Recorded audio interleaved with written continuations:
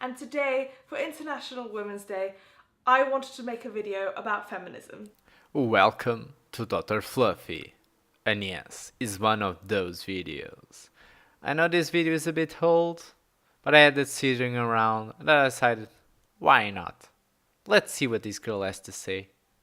Because, unsurprisingly, I'm a feminist. And in 2017, I would really like this to be the year that people stopped shying away from using that word. Well, if feminism stopped being about man hating and hating on beautiful, intelligent, well educated, in shape women, and started actually being about equality instead of special privilege and blaming everybody for your problems, then maybe people wouldn't have a problem with feminism. Feminist.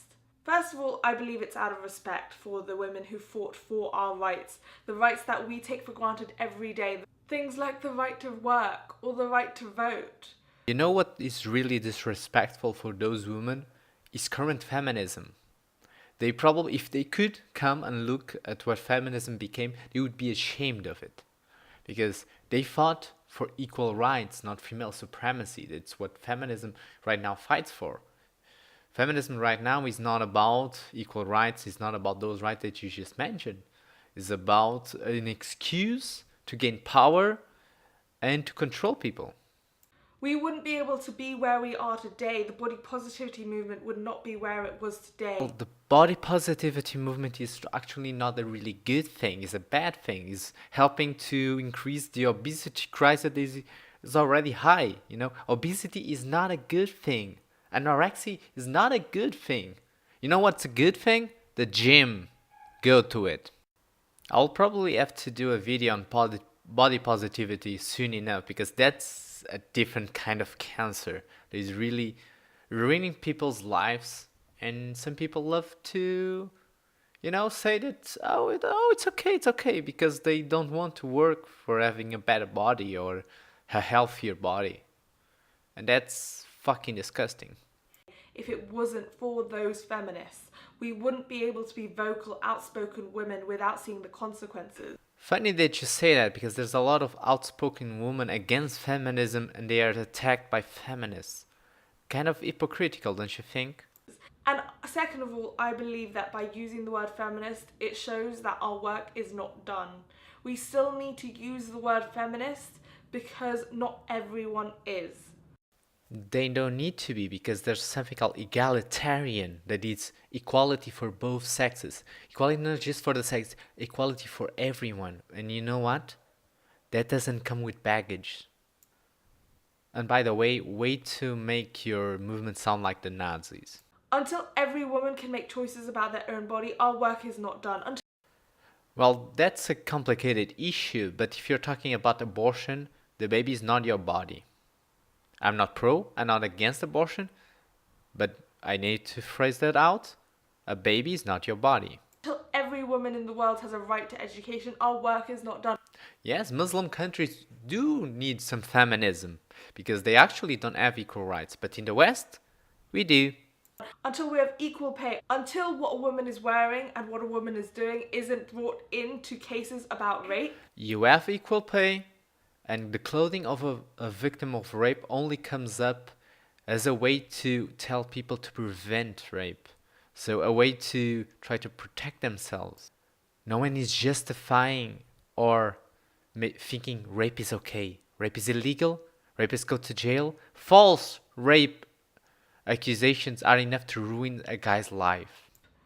Our work is not done. There are very few words in the English language that begin with fem and don't specifically relate to women.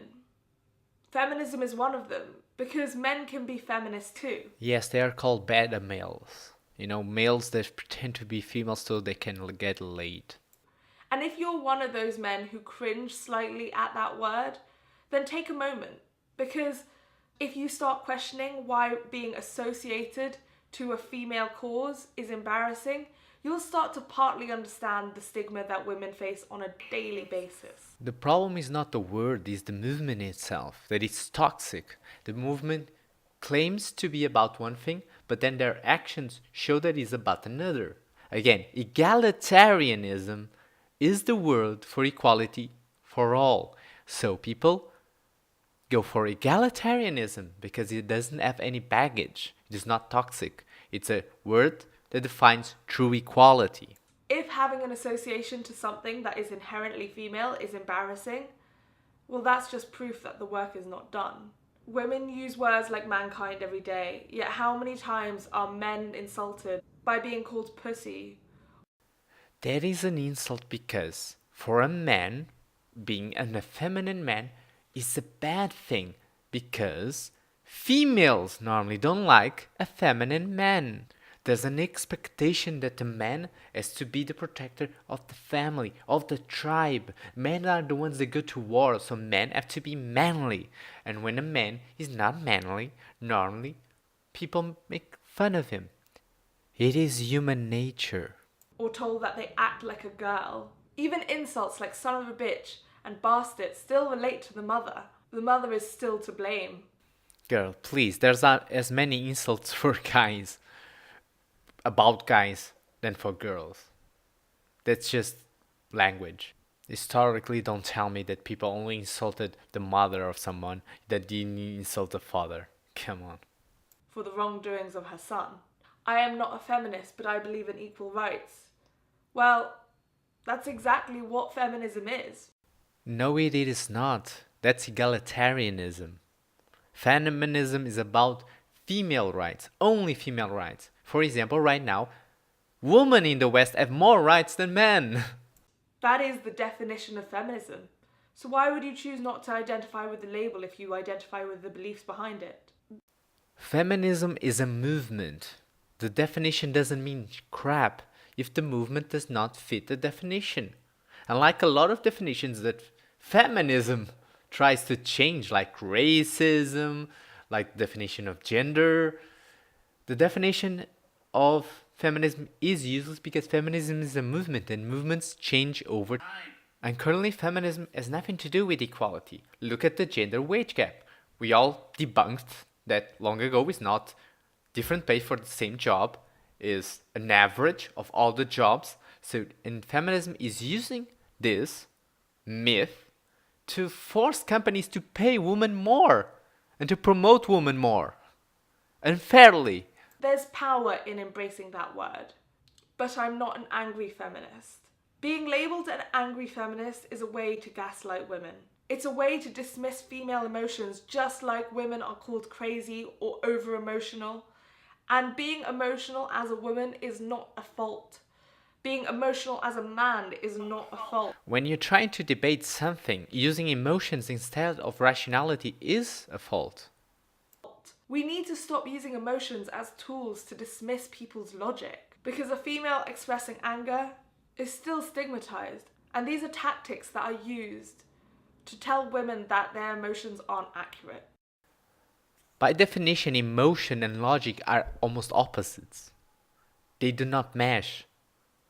Your emotions cloud your rationality, your logic, so they are never accurate.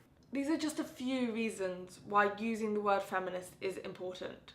But today, on International Women's Day, just take a moment and question why that word to you is so insulting. Because feminists are power-hungry, crazy people that attack anyone that disagrees with them. And they don't actually want equality. They want special privilege. They accuse others of having privilege, but what they actually want is privilege for themselves. Take a moment to question why you don't want to be associated with it or the women behind it. Take a moment to question whether you've internalized some of the sexism that is around in society. And even if you don't use the word feminist, us feminists will continue to fight for you. The only sexism rampant in the West is against men. From feminists. That's the amazing part. And no, you don't fight for me because feminism doesn't really care about men's issues, does it? And normally when men's rights activists do fight for men's issues, feminists attack them. Because each man and woman has a right to both their femininity and their masculinity. And masculinity is not defined by being strong and not crying and not being weak. And femininity isn't defined by being soft and caring and selfless and gentle. Well, neuroscience can disagree with you on that. Highly. Not all, but in general, the female brain and the male brain kind of fit those things that you are saying. You get to define your own femininity and your own masculinity, and that's what feminism is about. It's about choice, it's about liberation, it's about choosing what you want to be as a woman and crushing those gender stereotypes. Funny that you say that it's about choice and then you tell people they cannot choose to not be a feminist. And I have a bunch of videos on gender, so I'm not going to go into that part. You don't have to be a certain way to be a woman, and you don't need to be a certain way to be a man. Yes, people have something called personalities and variation. But in general, there are patterns. So this International Women's Day, I want to take a moment and celebrate all the feminists in the world. And we aren't shutting up, sitting down, or being quiet any longer. Oh, we know that feminists can't shut up, no matter how wrong they are. So that's it. That's all the points that she made. And this is the level of mental gymnastics that feminists really have to go through. Because again, they always go back to the dictionary definition of feminism to justify their bigotry and say this is just about equality when it's not. Again, feminism is a movement, and a movement is not defined by the dictionary definition. It's defined by their actions and their policies. And today's feminism policies does not align with the dictionary definition. So the definition should change. Right now it should say something like feminism, the movement for female supremacy, hatred and bigotry against men, and division of society into oppressed groups or fake oppressed groups and oppressors or fake oppressors. But of course, they don't want to change that definition. They want to change definitions of things. If you change the definition, they become meaningless. Like, for example, gender. Gender, there used to be something as simple as the names you use to describe the sexes in terms of societal and cultural roles. Now they started to change and trying to change the definition. But if you change that definition, gender becomes meaningless and we have to use biological sex instead of gender. Sexism. Another definition they love to change because they don't want to admit that women are sexist against men too. Especially feminists. Feminists are extremely sexist against men. But no, they want to put power in there because if they put power, they can pretend that men are the ones with power. And so they can be sexist all they want without being sexist because they changed the definition. But if you change the definition of sexism, then sexism means nothing. That's feminism for you.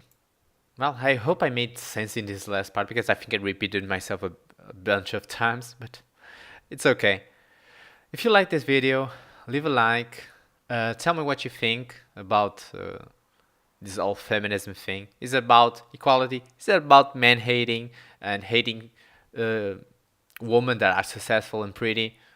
Don't forget to share, subscribe, follow me on Twitter because all my videos go to Twitter on upload. It's the fastest way that you know a video of mine is up. I hope you all stay well. Stay